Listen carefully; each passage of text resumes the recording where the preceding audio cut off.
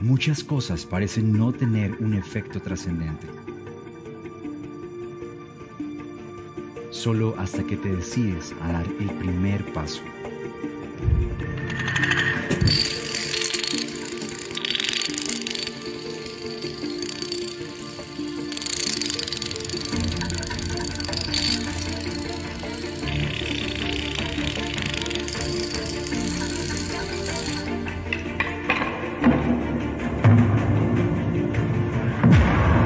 Hábitos, pequeñas disciplinas, grandes resultados. Muy buenos días con todos. Hábitos, pequeñas disciplinas, grandes resultados. Y hemos venido hablando acerca de la importancia de lo que significan los hábitos en nuestra vida. Y decíamos que la vida en sí se desarrolla en medio de hábitos, hábitos buenos y hábitos malos. Y personalmente he podido hablar con algunas familias y me comentaban cómo estos hábitos han sido más evidentes en este tiempo de pandemia, en este tiempo de encierro. ¿No les parece? Y queremos también a través de esta serie desafiarnos, no solo a evaluarnos en cuanto a los hábitos que tenemos, sino también desarrollar algunos que van a potenciar una calidad de vida en tres planos, como hemos venido hablando. En primer lugar, el plano vertical, mis hábitos que enriquecen mi relación con Dios. En segundo lugar, el plano horizontal, mis hábitos en relación con mi entorno, con las personas que amo, con las personas de mi entorno. Y en tercer lugar, en primer plano, mis hábitos en relación conmigo mismo, que es de lo que estaremos hablando hoy. Y a través de la historia encontramos hombres y mujeres relevantes en diferentes áreas, la política, la religión, los deportes, entre otras, que comenzaron muy bien por sus habilidades y destrezas, pero que fracasaron por sus malos hábitos, pagando un alto precio. Y quizá uno de los más recientes que podríamos traer hoy o que podríamos referirnos es de un jugador de fútbol que desde niño se destacó y su técnica de juego lo hizo un jugador muy famoso, un jugador cotizado. Es más, uno de sus goles tiene nombre propio. Paradójicamente se llama la mano de Dios. ¿Saben de quién hablo, verdad? Y este hombre, tristemente, opacó su carrera deportiva, opacó ese éxito precisamente por sus malos hábitos. Un hombre con mucha fama y con mucho dinero, pero que no pudo tener control de sí mismo. Y así como los buenos hábitos nos traen grandes beneficios, los malos hábitos nos pueden destruir. Y algo que me apasiona a mí de la Biblia desde que comencé a estudiarla hace mucho tiempo, como dijeran algunos en época de Cristo, no nos muestra hombres y mujeres perfectos, sin defectos, sino que todo lo contrario, nos muestra personas con virtudes, con defectos, como nosotros. Hombres que hicieron grandes cosas, grandes proezas, y que a pesar de sus pecados, Dios lo usó. Pero también podemos encontrar hombres y mujeres que empezaron bien, pero por sus malos hábitos los llevaron al fracaso. Y hoy hablaremos de un famoso personaje, Sansón. ¿Qué sabemos de Sansón? ¿Cómo nos imaginamos a Sansón? ¿Qué sabemos? ¿Qué conocemos? ¿Alguien? Tenía el pelo largo, muy bien.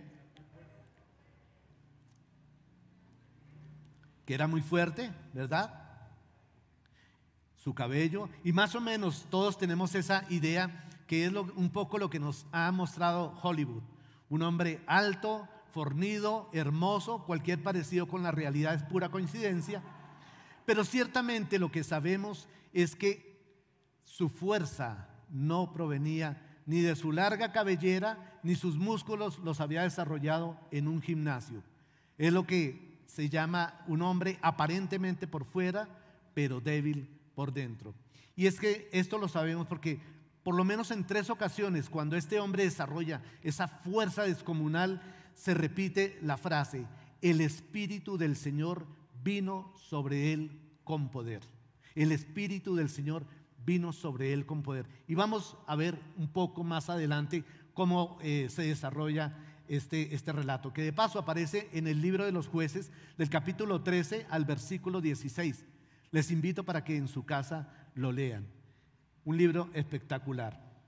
Y quisiera que viéramos en relación a esto por lo menos 3 hábitos que desarrolló Sansón y que fueron los que lo llevaron a su destrucción. Y para esto utilizaremos el adjetivo sus, para facilitar recordarlo. Sus con S de Sansón. En primer lugar, sus emociones lo dominaban. Dice en el capítulo 14, Sansón descendió a Timnat y vio allí a una joven filistea. Cuando él volvió, les dijo a sus padres: he visto en Timnat una joven filistea, pídanla para que sea mi esposa. Pero sus padres le dijeron: ¿acaso no hay ninguna mujer aceptable entre tus parientes o en todo nuestro pueblo que tienes que ir a buscar una esposa entre estos filisteos incircuncisos? Y dice que la vio. Ni siquiera le invitó un café, le llevó unas flores, sino que la vio y de una vez matrimonio extra rápido. Pídanmela, y de paso le da la orden a sus padres: pídanmela en matrimonio. Ahora podríamos pensar, o quizá alguno podría pensar, que fue un amor a primera vista. Y hay amor a primera vista. Pero vemos en la historia que la fiesta de este compromiso, y para aquella época, duraba 7 días. Y en medio de la fiesta, Sansón hace una apuesta con los hombres filisteos. Él les da un acertijo para que ellos lo resolvieran. Pero obviamente para estos hombres era imposible resolverlo. Entonces dice que estos hombres amenazaron a su prometida, que si no seducía a Sansón y no lograba que le revelara la respuesta, pues la iban a matar. Y dice en el relato que ella a partir del 4.º día duró llorando 3 días delante de Sansón hasta que él lo reveló. ¿Se dan cuenta que sí funciona? Y la apuesta, obviamente, ella le revela, ellos van, le responden a Sansón ya en el último día, en el último momento, y pierde la apuesta a Sansón. Y eso le molestó. Acuérdense que estamos hablando de un hombre impulsivo, un hombre que sus emociones lo dominaban. Entonces, la apuesta era nada más y nada menos que 30 piezas de ropa. Y él va a otra aldea filistea, mata a 30 hombres, les quita la ropa y va y paga su deuda. ¿Qué tal? Bonita forma de pagar una deuda, ¿verdad? Pero además nos dice que Sansón estaba furioso, y tan furioso que abandonó a su prometida y regresó a la casa de sus padres. Un niño malcriado, un niño tosudo. Así que no fue ningún amor a primera vista. También en el capítulo 16 nos dice: un día Sansón fue a Gaza, donde vio una prostituta. Entonces entró a pasar la noche con ella. ¿Qué tal? Dice que la vio y entró a pasar la noche con ella. Y vemos nuevamente un hombre que sus hormonas lo dominaban. Y aquí podríamos pensar en temas como la pornografía. De hecho, la palabra pornografía proviene de la palabra prostituta. Y es algo que comienza por una mirada y que con facilidad puede convertirse en un hábito que nos va a crear grandes dependencias. Y sabemos que es un tema muy recurrente y que no hay edad, que ninguno se escapa a este flagelo. En las últimas décadas, la internet se ha encargado precisamente de bombardearnos. Niños, hombres, mujeres, cada vez caen más en este flagelo. Otra cosa que podemos ver es que Sansón no escuchaba consejos. Dice que sus padres supusieron a que se casara con esta mujer filistea, porque los filisteos eran los peores enemigos del pueblo hebreo, del pueblo de Israel. Y en la ley del Antiguo Testamento también prohibía que se casaran con otros pueblos. Pero obviamente esto no le importó a Sansón. Algo más que podemos ver también es que Sansón se la pasaba en el territorio de los filisteos, en el lugar equivocado, en el momento equivocado.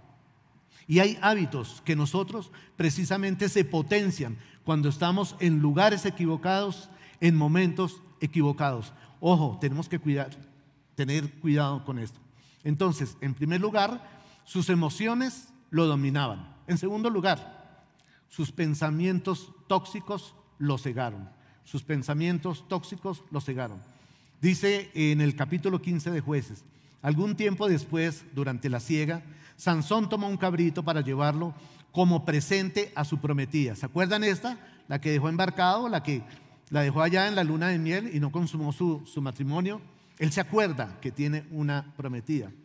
Y dice, con la intención de consumar el matrimonio con ella, pero el padre de ella no lo dejó entrar. Y fíjense lo que pasa. Dice, yo pensé que tú la odiabas, explicó. Así que la di en matrimonio a tu amigo. Otras versiones dicen a tu padrino.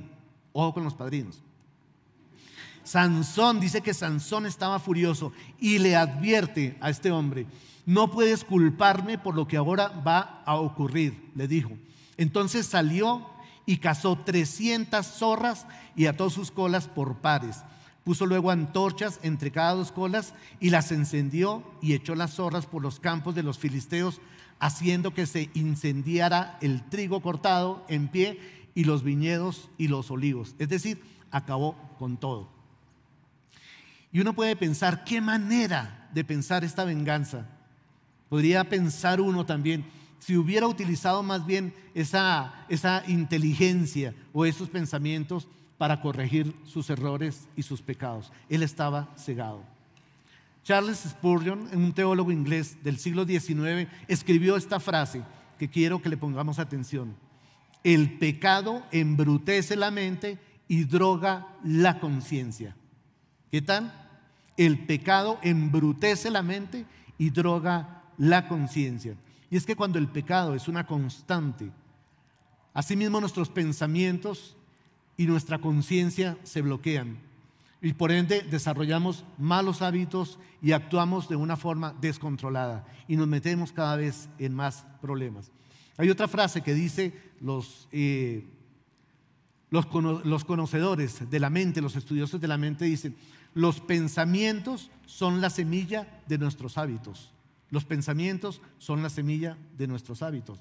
Y es que los pensamientos tóxicos sabotean lo mejor de nosotros mismos. Y si no sabemos controlarlo, andamos y vamos creando conflictos, situaciones de inseguridad y de rabia, como lo vemos en este hombre.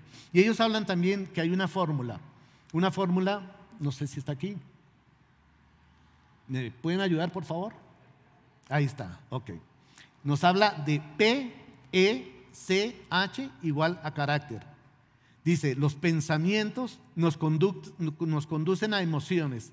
Estas provocan conductas y las conductas se convierten en hábitos. Y esto da como resultado el carácter. Entonces, todo comenzaría ¿por qué? Por los pensamientos. Muy bien, todo comenzaría por los pensamientos. Y en relación a esto y a estos pensamientos tóxicos, Pablo nos da unos antitóxicos que quisiera compartir con ustedes. Nos dice en Romanos 12:2: no se amolden al mundo actual, sino sean transformados mediante la renovación de su mente. ¿Mediante qué? La renovación de su mente. Así podrán comprobar cuál es la voluntad de Dios, que es buena, agradable y perfecta. ¿Qué es bueno, agradable y perfecto? La voluntad de Dios. Y la transformación debe producirse desde nuestros pensamientos para resistir al estilo de vida que el mundo nos proporciona. Cambiarlos al molde de Dios, que es según su palabra. Y nos dice en Filipenses capítulo 4, versículo 8: por último, hermanos, piensen en todo lo justo, en todo lo que es verdadero, todo lo que es respetable, todo lo justo, todo lo puro, todo lo amable, todo lo que es digno de admiración. Piensen en todo lo que se reconoce como virtud o que merezca elogio. Debemos entonces cambiar nuestros pensamientos. Y dicen los expertos que un mal hábito se cambia por un buen hábito. Así que debemos entrenar nuestra mente para pensar en la verdad, en la justicia, la pureza y todas estas virtudes que encontramos dentro de la palabra de Dios. Por eso es importante encontrar todas estas virtudes dentro de la palabra de Dios. Muy bien, entonces, en primer lugar, sus emociones lo dominaban. En segundo lugar, sus pensamientos tóxicos lo cegaron. En tercer lugar, sus fuerzas no lo salvaron. Y en el libro de Jueces se describe un ciclo que se repitió a través de este tiempo llamado los jueces, que no eran otra cosa que libertadores. Y debido a que los israelitas fueron negligentes en no expulsar a los enemigos de Israel de la tierra prometida, se involucraron con ellos, caían en pecado, se rebelaban contra Dios, le daban la espalda, sus enemigos los oprimían, después ellos rogaban a Dios, clamaban a Dios, les enviaba un libertador o un juez, y nuevamente se repetía el ciclo. Y algo que nos llama la atención en este libro es la frase que se repite y que nos da una idea de lo que estaba pasando aquí en este oscuro episodio de Israel. Dice: en aquellos días no había rey en Israel y cada uno hacía lo que bien le parecía. Y cuando estamos en pecado, cuando estamos con malos hábitos, cuando nuestra vida está en descontrol, cuando no estamos alineados con el propósito de Dios, cada uno hace lo que bien le parece. O hablando en términos criollos, cada uno hace lo que le da la gana. Así es. Entonces, Sansón no fue la diferencia. Sansón hizo lo que bien le parecía. Él se apoyó en su fuerza física y no en Dios. Y aunque Dios lo libró por su misericordia, sus malos hábitos lo llevaron a la muerte. Es normal, o escuchamos frases como: a mí esto no me domina, ya salí de esto una vez y puedo hacerlo nuevamente. ¿Han escuchado esas frases? Y un gran ejemplo de salir de los hábitos apoyado por las fuerzas de Dios lo podemos ver en la declaración de los 12 pasos de Alcohólicos Anónimos, de Narcóticos Anónimos, de Emocionales Anónimos, de todos estos grupos que utilizan estos 12 pasos precisamente como una forma de asegurarse para poder salir de esta situación. Y permítame compartirle algunos que me parecen interesantes. Dice: resolvimos confiar nuestra voluntad y nuestra vida al cuidado de Dios. Nuestra voluntad y nuestra vida al cuidado de Dios, según nuestro propio entendimiento de Él. Dice otra: estuvimos enteramente dispuestos a que Dios eliminase todos estos defectos de carácter. Dice otra: pedimos a Dios humildemente que nos librase de nuestras culpas. Y esta última que me encanta, dice: mediante la oración y la meditación tratamos de mejorar nuestro contacto consciente con Dios, y le pedimos tan solo la capacidad para reconocer su voluntad y las fuerzas para cumplirla.